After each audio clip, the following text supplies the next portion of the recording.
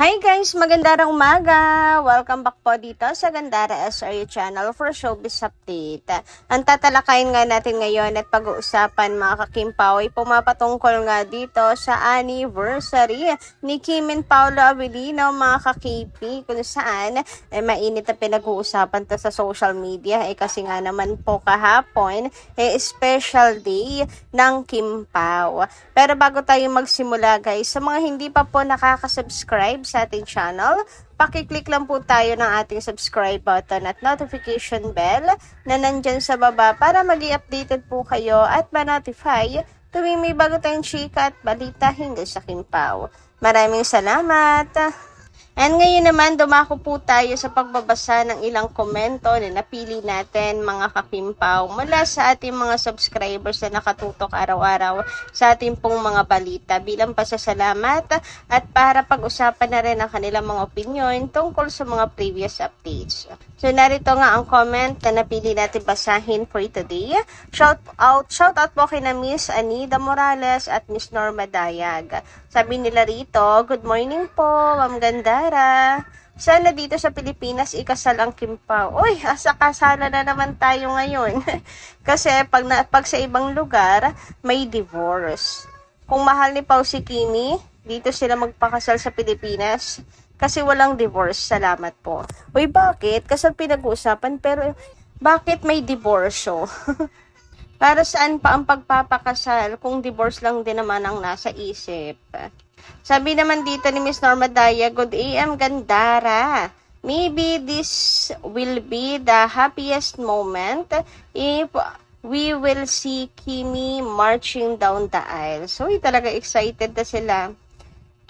With Papa William. Gandara, their wedding will be witnessed by millions of fans who painstakingly supported them all throughout their journey in life. Anyway, ayon sa Tarot Card of Fame and Popularity, will continue to rise up until such time that she herself will stop in her career and become a full-fledged businesswoman and housewife. God bless us all, especially to KP and all their legitimate fans, vloggers, friends, seniors, and Aki. So, ibig niyo pong sabaw-sabihon, ang career, ang success ni Kim ay titigil lang once na magpasya si Kim na ihinto na. Uy, sana all may ganoon pong faith. Sana all may ganong tadhana, no? Na ang blessings na darating sa'yo, ay nasa sa'yo na lang yan kung ayaw mo na lang tanggapin. Kaya nakakainggit talaga si Kim Chiu, no? Kita naman kasi talaga natin na nag-uuma po ang blessings kay Kim Chiu. Pero yun po ay dala ng kanyang sipag, dala ng kanya pong diskarte talaga as in ng pagod at ng puyat, ng effort, mga kakimpawa. Pero aminin natin, meron din talaga mga taong kahit gawin po ang lahat, wala talaga eh. Pero si Kim, talagang umaayon lang po sa kanya ang tadhana, mga kakimpawa. So kung hindi magde-decide si Kim na tama na to, settle down na ako, focus na lang sa business and pagiging housewife, tuloy-tuloy lang ang blessings. Hoy, pangarap yan ang lahat, mga kakimpaw. Anyway, based dito sa mga comment natin mga kakimpaw Lancho, excited na talaga sila sa new phase of life ni Chinita Princess, no? Motherhood naman, ganun. And married life naman, ganun.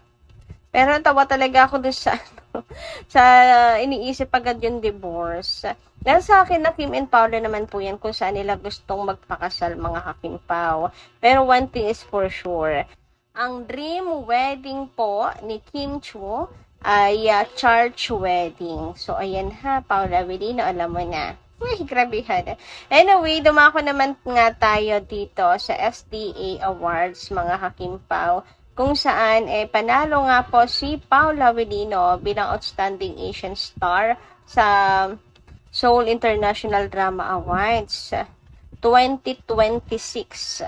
And syempre, isa lang naman sa kumongratulate sa kanya ay ang kanyang Chinita prinsesa, di ba? Sabi nga ni Kim dito, congratulations to the Alibay and especially at Paula Avellino. Huy, bakit walang boss? Charot, for bringing home the award. Woohoo! May pagpalakpak pa yan siya.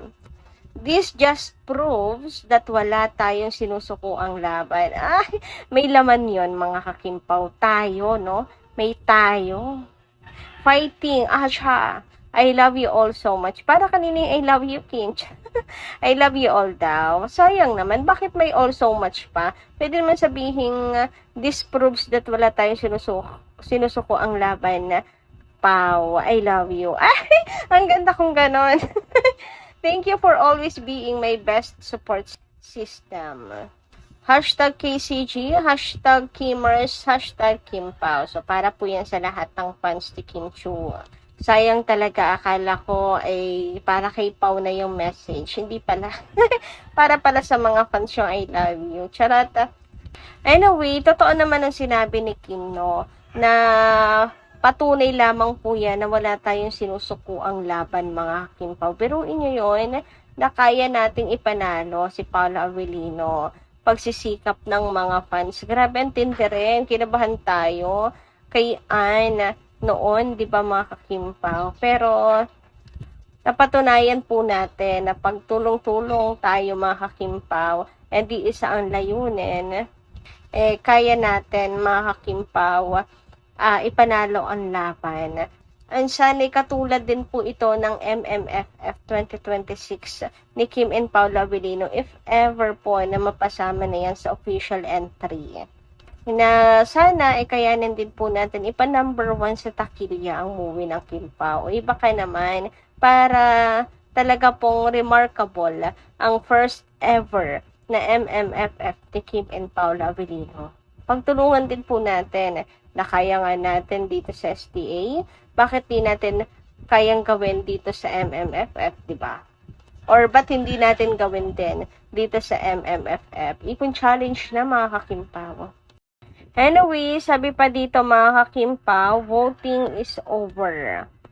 We made it. Hashtag Kimpawlansya. I still have available Rubicham SIM. Inabot lagi ng max vote for the day. Hindi naman siguro yon na expire. Reserve ko na for next year sa hashtag Copino. Congrats, hashtag Kimpaw and Team OA. Top 3, we fought a good fight and Curtis. True KPs love you too. Pero sa totoo lang mga kakimpaw, naging maganda talaga yung laban ni Paula Avellino dahil dito sa paghabol ng mga fans ni Ann Curtis, di ba? Parang mas ramdam natin kasi pinahirapan nga din po tayo ng konti, mga kakimpaw at pinakaba. Samantala, dumako naman po tayo dito sa pinakasentro na ating update this morning, mga kakimpaw. And pumapatungkol nga ito, mga kakipi, dito sa short IG story ni Chinita Princess. Yes, mga kakimpaw, isang zoom in lang ng video ni Kim ang kanyang update at paayuda sa kanyang mga fans. Pero meron pong petsa na nilagay si Kim na para pang napaka-special ng araw ng Wednesday, August 19, 2026.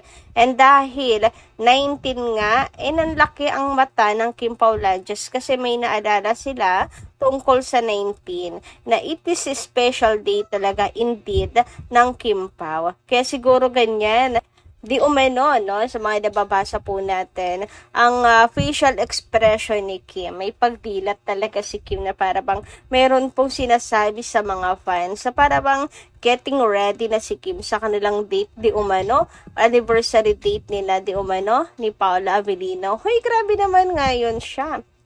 Kasi may papetsa pa talaga si Kim nga, mga kakimpaw. So napapaisip tuloy, hindi na maiwasan nga naman na isipin ng mga fans na ganun nga, na parang special na special ang araw na yon for Kimi, tapos may pamulaga pa siyang ganyan, mga kakimpaw, na para bang may nais siyang sabihin sa mga fans. Ganon, parang it's a sign, mga kakimpaw, parang ganon. Ang sabi kasi ng mga fans, it's a reminder It's August 19, 2026. Pero ano nga kaya mga kakimpaw? Siyempre, nagdidilulo lang naman ng mga fans tungkol dyan kasi nga special po ang 19 para sa Kimpaulandias kasi tinuturing po nila yan na anniversary nila Kim and Paolo Avellino. Wala, may napapansin lang din kasi sila pag 19 mga kakimpaw at doon nagsimula yun. Pero sa totoo lang, hindi talaga natin alam kung kailan ang anniversary nila Kim and Paolo or kailan naging sila or kung sila na ba talaga mga kakimpaw. So lahat ng ito ay dilulo po ng mga fans.